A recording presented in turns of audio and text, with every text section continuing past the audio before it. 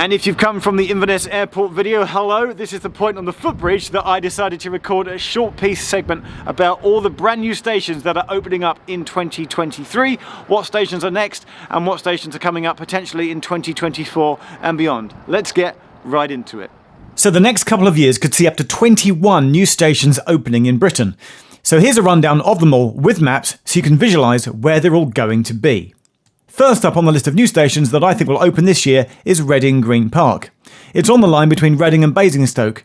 GWR services currently call it Bramley, Mortimer and Reading West, and they'll now serve this new station too, which is there for the Green Park business area as well as a local football stadium. Also likely to open in 2023 is Marsh Barton Station down in Devon. If you're heading south of Exeter, it'll be a new stop after Exeter St Thomas and before you get to Starcross. Again, it'll be a GWR service and the station will support new local developments. Another new GWR service station that's going to be opening is Portway Park and Ride on the Severn Beach line out of Bristol.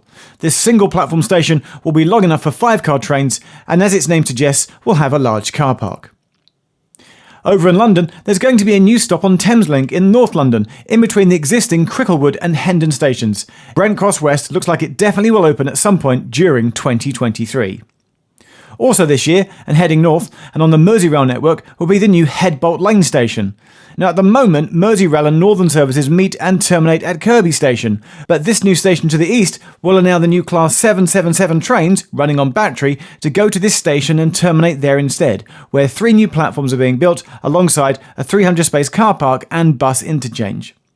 And then one that is definitely going to open in May this year, 2023, is down near Cliffs End in Kent. That's the new Thanet Parkway station. There's a new 800-home development nearby at Manston Green, which it will serve.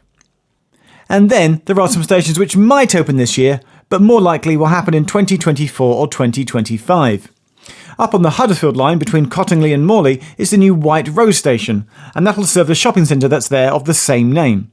There's speculation that Cottingley may well no longer be served at all, or just have its service reduced down, as the new White Rose will only be 750 metres to the south of the existing Cottingley station. Now we've had a couple of new stations in Scotland recently, and here are 3 more. First off is East Linton on the East Coast Main Line. There used to be a station here many years ago that closed in the 1960s. The new modern day one is being built a little way to the west along the line and will be served by the same services that also stop the recently opened Reston station further south down the line. Staying in Scotland and to the north of Edinburgh, and the reopening of an old line that's being called the Levenmouth Rail Link. On it there'll be 2 stations, one at Cameron Bridge and then Leven itself. Work has started, but it's definitely going to be at least 2024 at the earliest that this opens up. Then, down to the West Midlands. On the Walsall to Wolverhampton line, which is already in place, there are 2 new stations coming, one at Willenhall and one at Darlaston. And then, to the south of Birmingham, we go to the Camp Hill line. Again, it's used by through services, but there aren't any stations on it. But in 2024 or 2025, it should have 3 new stations coming to it. Moseley Village, Kings Heath, and the brilliantly named Pineapple Road. And then finally, on to the big one. A reopening of some old freight lines to the north and east of Newcastle is happening, with some calling it the Northumberland line. It branches off and connects with the existing metro station at Northumberland Park, and then heads up to Ashington with new stations in between. That's a really exciting project that's happening, but I wouldn't expect it before the end of 2024 at the earliest.